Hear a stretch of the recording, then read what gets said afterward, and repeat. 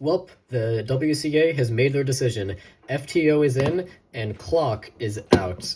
And while I totally could make a full video going over what is next for the WCA after FTO is added, I kind of already did that. If you want to see the prequel to this video that kind of blew up, of me just ranking a bunch of non-WCA puzzles, then check it out, it'll be in the info card right there. And in that video, I talk about a bunch of other non-WCA events that I think are pretty cool, but mostly just ones that the WCA put on their form. And while I would totally love to make more videos in the future ranking more non-WCA events, let's go backwards instead of forwards and look at WCA events that do not exist anymore, like clock here. I guess I'm gonna start this video off by just kind of stating my take on the whole clock situation. This is coming from somebody who solved clock in competitions, but like didn't really care about it as an event. I used to be a huge clock hater, and then when the hardware got better and the community got bigger, my take kind of shifted to maybe don't remove it now. Like, they definitely should not have added it to begin with, don't get me wrong.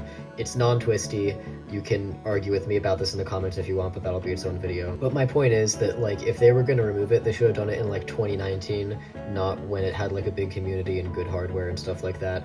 I say good, but like, they still need to hold the puzzles together with tape, but that's a separate thing. But on the other hand, a lot of people are really overreacting to clock being removed. Like, I've seen people try to like call to like boycott the WCA over this stuff. People are pissed. And like, yeah, I get that you're upset, and for the clock mains, I really do feel bad for that. In fact, I know one person like has literally said, and I quote, "Clock is the only event that they're actually good at, so that's why they're sad to see it removed." But like, you can still compete in it unofficially. Like, the only real difference there, other than the quote-unquote official status, is just that it's going to be held at fewer competitions now. That's like that's the only change. You can still compete in it and have fun with it, you know? Like, I've been doing non-WCA, FTO, and other events for years, so I don't want to say you'll be fine, but like, you'll survive. I do not think clock is ever gonna die. I'm pretty sure this just strengthens the community that already exists, getting it removed and all that. But what I'm really saying here is that I still see this change as a net positive. I would not have removed clock, but I still think that it's worth it if that means we get FTO. And just to be super clear about that as well, those are not two related things necessarily. They did not have to remove an event to add FTO. It is not FTO's fault that clock got removed. That is a decision that the WCA made. Please don't blame FTO for it. It does not deserve the blame. Anyway, that aside, in this video, I'm going to be talking about removed events from the WCA. There are 7 of those, and I also threw in 2 more as like honorable mentions. I'm going to be using the same scale as I did in my ranking potential future WCA events video. I know that that scale is not perfect. I don't really care. I had some good suggestions from people in the comments about how it could be improved, but like, genuinely, I don't want to overcomplicate it. Maybe I'll overcomplicate it for a future video, but for now I'm going to keep it simple. So the first one we're going to talk about is actually not going to be clock. It's going to be 3x3, no inspection. That's right, there used to be an event identical to 3x3. The only difference is you'd have no inspection time. So let's speed through this. Just to remind you guys, the 5 categories I'm using are community, difficulty, hardware, timeliness, and uniqueness, for a total of 15. That's 3 points in each category. So for community, it gets a 3 because like, it's the Rubik's Cube. Everybody does 3x3. Difficulty, it gets a 1 because it's just a 3x3 but slightly different. Hardware, it gets a 3 because it's a 3x3. Timeliness, it gets a 2 because I'm sure there'd be some judging complications involved with like when exactly you're allowed to start the solve, and like with judges lifting cups at the wrong time, all that stuff. And a 1 for uniqueness because again, it's literally as close as you can get to 3x3 without just being 3x3. Next up, we've got 3x3 again, but this time with your feet. This one I'm old enough to be able to say that I actually like was competing in the WCA while this was an event. I've never competed in it. I don't think I've even been to a competition where it was held. This one had a 1 for community. Almost nobody was doing it. I'd give it a 2 for difficulty because like, genuinely it would be like harder to get a grip on it with your feet, obviously. 3 for hardware, 1 for timeliness because you gotta clean the cubes in between because oh my god, and 1 for uniqueness because it's just a 3x3. The main reason why 3x3 with feet was removed probably had something to do with just the way the internet is, and also germs. And now that we've gotten the wannabe 3x3 events out of the way, let's talk about clock. Clock gets a 3 out of 3 for community, obviously. A 1 for difficulty, obviously. A 2 for hardware, because even though these are like really fast and like optimized for speed, people still gotta put tape on the side so that they like don't fall apart. I'd give it a 2 for timeliness because of the same judging complications that the WCA removed it for. And of course, everything that's a non-twisty puzzle gets a 1 for uniqueness. Somebody suggested for me to like not give it a 1 for uniqueness just because it's non-twisty, because it would get a 3 if it was twisty. And my genuine response to that is that like it doesn't really matter where I take points off from, but I'm going to take points off of it for being non-twisty, no matter what. Anyway, now that I've rage baited a good chunk of my audience, let's talk about magic. I don't have magic, so here's a picture of it. I ordered one online, but I don't have it yet. In case you're like me and you started competing after magic was a thing and you're just not really that aware of what it is, it's a folding panels puzzle, but it actually has the same scrambled state every time, so solving it wasn't even a puzzle, it was just how fast can you do a set of hand motions. I'd give it a 2 for community just based on how many people were doing it. It gets a 0 for difficulty because like I said, it's basically cap on pen. It's just the same scramble, if you can call it a scramble, every single time. A 1 for hardware because it sucked, 2 for timeliness because of all the judging complications, and a 1 for uniqueness because it's non-twisty. Feel free to fight me over that in the comments if you want. Master Magic gets the same exact rankings. I also don't have a Master Magic, and I did not order a Master Magic because it is just out of stock everywhere, but as soon as I'm able to, I will get my hands on one, just for the collection. Next up, we've got probably my favorite removed WCA event, the Rainbow Cube. This one is a cube octahedral shape mod of a Ready Cube, or if you want to be like really pedantic about it and insist that it's a Dino Cube because it doesn't have hyperbolic cuts, then you can, but a Dino Cube would not have these like triangular centers, corners, things visible. Currently, the only mass-produced one you can buy is the Whit Eden one, which is not great. But yeah, this is definitely the most unique twisty puzzle on this list, and I've actually done some speed solving of this puzzle myself as well. Anyway, I'd give it a 2 for community, and I say that because people compete in Ready Cube, and this is a Ready Cube shape mod, as I said. 1 for difficulty, it's so easy, I'm probably gonna do a tutorial short of it, in fact. 1 for hardware, because Whit Eden. 3 for timeliness, because it is basically like a sprint event. And a 3 for uniqueness, because it would be the only WCA puzzle to not be a platonic solid. Wait, that's crazy. Wait. Oh my god, wait. Every WCA puzzle now is a platonic solid. Let's go.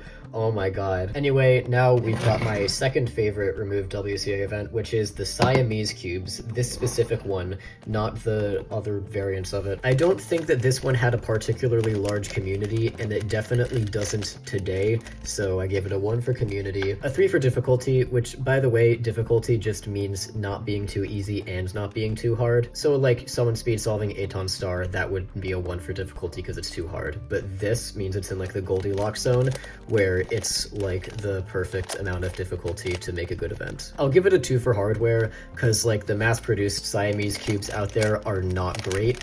And obviously you could just make your own Siamese Cubes from Speed Cubes, but you would still have to make your own. Comment down below if you'd like to see me make Speed Siamese Cubes. Anyway, I'm also going to give it a 2 for timeliness because it's just a bandaged 3x3 solve but twice, and of course a 2 for uniqueness as well, because it would be the only Siamese event. It would be interesting for sure, but it is just 2 bandaged 3x3s, isn't it? Anyway, now that that's over, we are officially done ranking removed puzzles, and we can start ranking puzzles that are like removed WCA event adjacent, if that makes any sense. Starting with this, the Rubik's frickin' 360. Now, you may be saying, Lord of the Cubes, what is that doing in this video?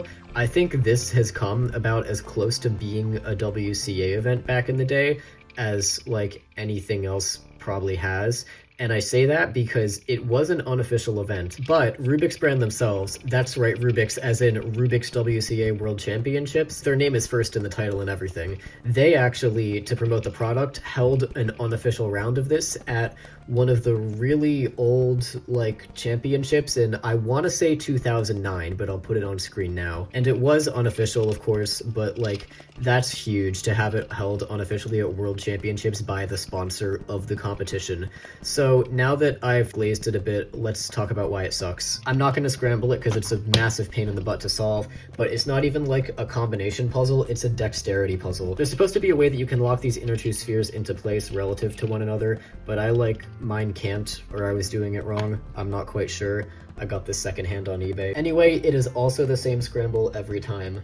I gave it a 1 for community because no one does this, a 1 for difficulty because holy crap, this thing is annoying to solve. Or it's really easy if you've like gotten the hang of it, I guess. Same scramble every time is my point. 1 for hardware. In fact, I probably should be giving it a 0 for hardware, but I'm gonna give it a 1 just because it was made at some point, but you can't buy these anymore. 1 for timeliness, because oh my god, did this take me a long time to solve. And a 1 for uniqueness because it's non-twisty. So yeah, that's a low score.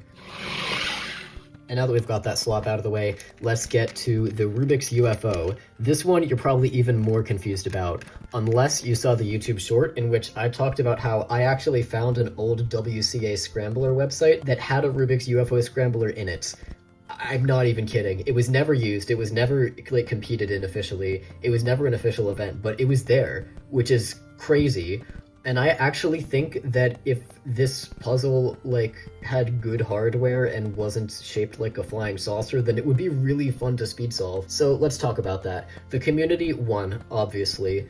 Difficulty, as someone who has speed solved my 2x2 honeycomb puzzle, which is like basically just a Rubik's UFO but like in a better shape to speed solve with, I actually like really think that it is like in that Goldilocks zone of difficulty, so I gave it a 3 for difficulty. Not too easy, not too hard, really fun. 1 for hardware, obviously. In fact, let me demonstrate right now how easy it is to just pop it. There we go. Yeah, it's not good. For now. You guys should come visit my table at NAC, hint hint. I gave it a 2 for timeliness, but I feel like if a speed method was developed, it could actually reach a 3 for that. And a uniqueness rating for 3, it'd be the only cheese puzzle in the WCA. It obviously way more unique than like pretty much every other event discussed in this video except for like Rainbow Cube. So yeah, I actually feel like this has a lot of potential, but like we just need a different shaped version of it to speed solve. All right, and now for the results. So coming in dead last with a 5 out of 15, this is the Rubik's 360. We don't need to talk about it anymore, don't worry. Next up with a 6, Magic and Master Magic, also non-twisties, arguably non-puzzles the way they were doing it with the same scramble every time. I still don't have either of those. With an 8, we got Rubik's Cube with feet, and with a 9, we got Clock. And if you're typing an angry comment right now, hold your horses. I still gave it a better ranking than Feet. And then, unfortunately, No Inspection got a 10, a pretty big indicator that this scale is very flawed. And the other events that got a 10 were